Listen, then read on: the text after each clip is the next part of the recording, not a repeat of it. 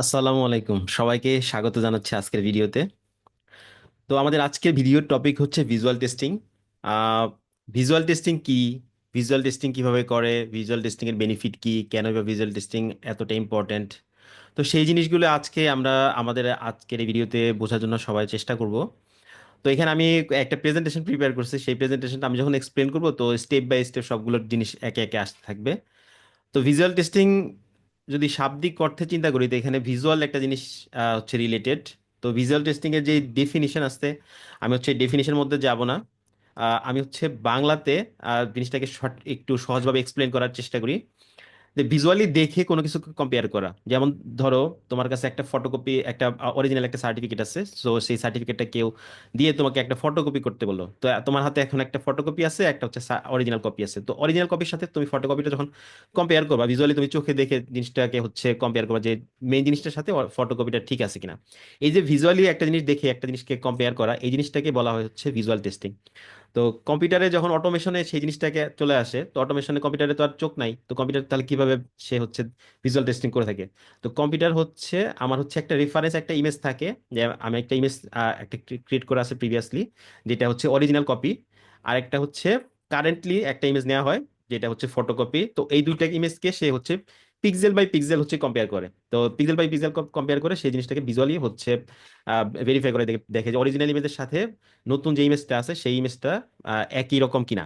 এই জিনিসটাই হচ্ছে যখন টেস্টিং এর কনসেপ্টে চলে আসে তখন সেটাকে বলা হচ্ছে ভিজুয়াল টেস্টিং। যেমন একটা ওয়েবসাইট আমাদের এখানে আছে, এই ওয়েবসাইটের হচ্ছে এখানে এটা হচ্ছে অরিজিনাল কপি, যে প্রিভিয়াসলি ছিল। আমি হয়তো কোনো একটা কোডের কোনো চেঞ্জ করছি, চেঞ্জ করার কারণে আমার হয়তো এখানে একটা ভিজুয়ালি কোনো একটা সিএসএস চেঞ্জ করার কারণে এখানে একটু ভেঙে গেছে, এখানে একটু ভেঙে গেছে, এখানে একটু ভেঙে গেছে। তো এই জিনিসটাই যখন হচ্ছে কম্পিউটার অটোমেটিক্যালি ডিটেক্ট করে তখন হচ্ছে সেটা হচ্ছে ভিজুয়াল টেস্টিং এর থ্রুতে।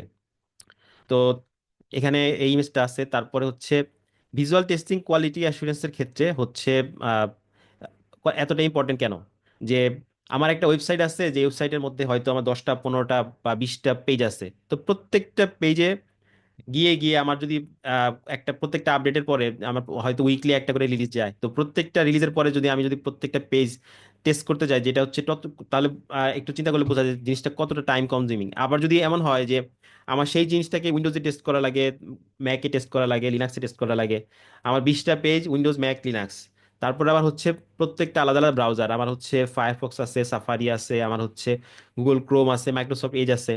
তার মধ্যে যদি আমি আরো ইনক্লুড করি, আমার যদি 4টা 5টা মোবাইল ভিউতে টেস্ট করা লাগে, আমার হচ্ছে আইওএস এ, তারপর হচ্ছে স্যামসাং এ, বা অন্য কোনো ট্যাবলেট মোডে, বা হচ্ছে ডিফারেন্ট টাইপস অফ স্ক্রিন সাইজে আমার যদি চেক করা লাগে, তাহলে আমার সেই জিনিসটাকে চেক করতে হলে আমার হচ্ছে কতটা টাইম কনজিউমিং একটা কাজ, যেটাকে আমার হয়তো উইকলি বা হচ্ছে মাসে 1 বা 2 বার চেক করা লাগে। কিন্তু সেই জিনিসটাকে যদি আমি ভিজুয়াল টেস্টিং এর আন্ডারে নিয়ে আসি, আমার কিন্তু জিনিসটাকে মেইন যে জিনিসটা চেক করা, যে আমার ওয়েবসাইটে কোন একটা পেজ কোন একটা জায়গাতে ভেঙে গেছে কিনা, বা হচ্ছে কোন একটা ভিজুয়ালি চেঞ্জ আসছে কিনা, যেটা হয়তো আমি ব্যাকগ্রাউন্ডে কোনো কোড চেঞ্জ, আমি চাচ্ছি না যে ভিজুয়ালি কোনো চেঞ্জ আসবে আমার এই ডিপ্লয়মেন্টের কারণে। তো ওই জিনিসগুলো কিন্তু খুবই সহজেই ভিজুয়াল টেস্টিং এর থ্রুতে হচ্ছে ডিটারমাইন করা যায়, যে হচ্ছে কোন জায়গাতে এক্স্যাক্টলি কোন চেঞ্জটা আসছে।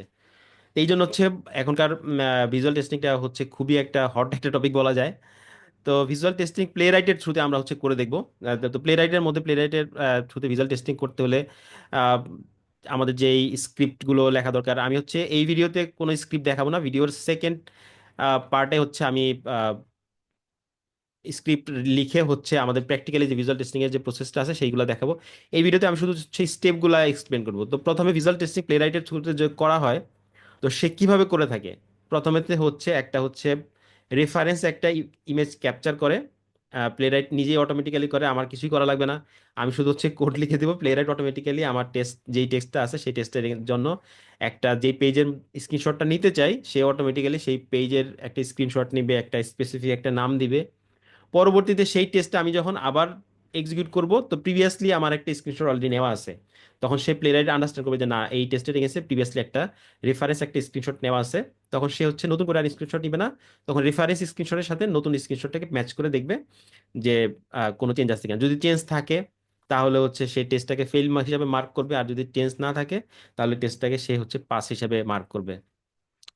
তো প্রথমে হচ্ছে রেফারেন্স স্ক্রিনশট সেটা অটোমেটিক্যালি করে থাকে। এবং কি সেই যে সেই ভিজুয়াল যে টেস্টটা আমরা এক্সিকিউট করে থাকি সাধারণত সেটাকে রিগ্রেশন টেস্ট বলা হয়, এবং কি এটাকে সিআই সিডি পাইপলাইনের থ্রুতেও খুব সহজে এক্সিকিউট করা যায়।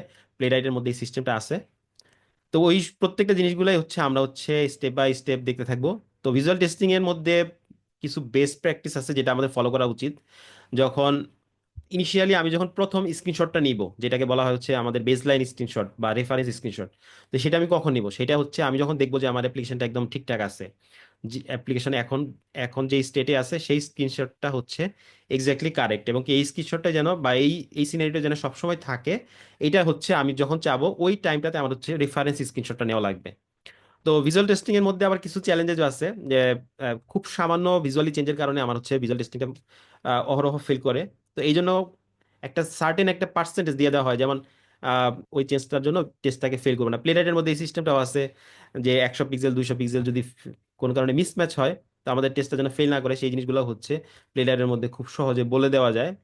এটার কারণে তাহলে হয়তো হয় কি ফলস যে ফেলগুলো থাকে, ফলস যে পাসগুলো থাকে, সেই জিনিসগুলোকে খুব সহজে অ্যাভয়েড করা যায়।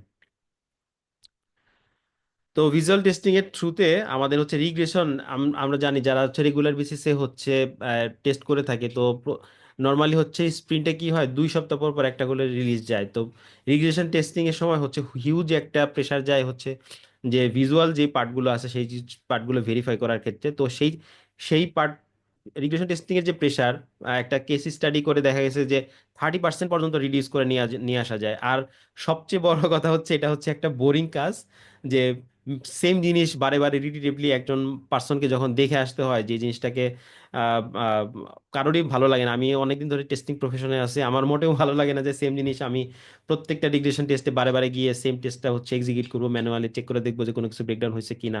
এটা আসলে আমার কাছে রেগুলার বেসিসে কাজ করতে ভালো লাগে না। এটাকে যদি আমি ভিজুয়াল টেস্টিং এর আন্ডারে নিয়ে আসি, এই ম্যানুয়াল কাজটাকে অটোমেটেড করা পসিবল, এবং কি যেটাতে আমার হচ্ছে ওয়ার্কলোড অনেক অংশে কমে যায়। তখন আমি ফোকাস করতে পারি আরো যে সমস্ত ডাইনামিক যে সমস্ত চেঞ্জেস আসছে, ওই সমস্ত চেঞ্জেসের ক্ষেত্রে, এবং কি নতুন নতুন বাগ বের করা নিয়ে আসা আমার জন্য সহজ হয়। তো এইটাই ছিল মূলত আমাদের এই যে প্রেজেন্টেশনের মধ্যে। তো সেকেন্ড যে ভিডিওটা আমি করব, সেই ভিডিওতে হচ্ছে আমি হচ্ছে একদম কোডে চলে যাব। তো প্লেরাইটে হচ্ছে ভিডিও টেস্টিং কিভাবে করে সেই জিনিসটা হচ্ছে আমি সেখান থেকে হচ্ছে তখন এক্সপ্লেন করার জন্য আহ ইয়া করবো আর কি। তো আজকের ভিডিও এই পর্যন্তই তাহলে। চলো চলে যাই আমাদের কোডিং এর পার্টে।